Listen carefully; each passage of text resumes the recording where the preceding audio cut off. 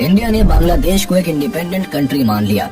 इसी दिन भूटान भी विश्व का पहला देश बना जिसने बांग्लादेश को ऑफिशियली एक इंडिपेंडेंट कंट्री के तौर पर एक्सेप्ट कर लिया। 8 दिसंबर 1971 को जब अमेरिका की इंटेलिजेंस को ये रिपोर्ट मिलती है कि भारत ईस्ट पाकिस्तान में एक ऑफेंसिव अटैक प्लान कर रहा है, तब यूएस पाकिस्तान के समर्थन में अपनी 7th fleet task force bay of Bengal की तरफ भेज देता है। यूएस का ये 7वां बेड़ा दुनिया का सबसे बड़ा एयरक्राफ्ट कैरियर होता है, जिसका वजन 75,000 टन के करीब होता है।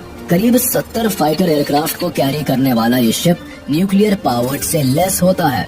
जाहिर था कि भारत की नेवल पावर से ये कहीं ज्यादा ताकतवर होता है और उसके सामने भारत के आईएनएस विक्रांत की फाइटर एयरक्राफ्ट की क्षमता केवल 20 एयरक्राफ्ट की होती है। पाकिस्तान को अब ये वॉर अपने हक में दिखाई देने लगती है। उसे लगता है कि अमेरिका के समर्थन से उसकी जीत पक्की है। वहीं भारत पर प्रेशर होता है कि अमेरिका की नेवल शिप से उलझने के बजाय पीछे हट जाए।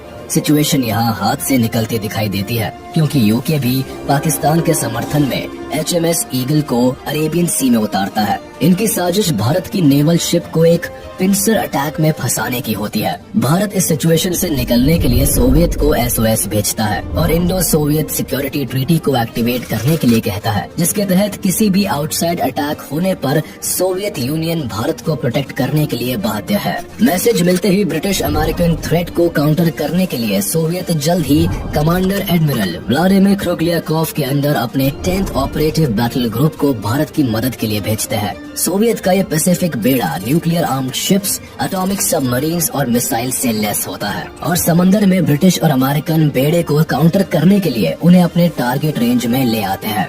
जिससे पहले यूके और अमेरिका बे ऑफ बंगाल में एंटर कर पाए, उससे पहले ही रशियन शिप्स ब्रिटेन और अमेरिकन शिप्स को अपनी मौजूदगी का एहसास करा देती है। इसीलिए ब्रिटिश शिप्स मेडागास्कर की तरफ निकल जाती है, जबकि यूएस नेवी भी अपनी टास्क फोर्स को पीछे ले लेती है। सोवियत का साथ मिलते ही भारत की एयर, नेवी और लैंड मिलिट्री डिफेंस एक साथ मिलकर पाकिस्तानी आर्मी को घुटने टेकने पर मजबूर कर देती है।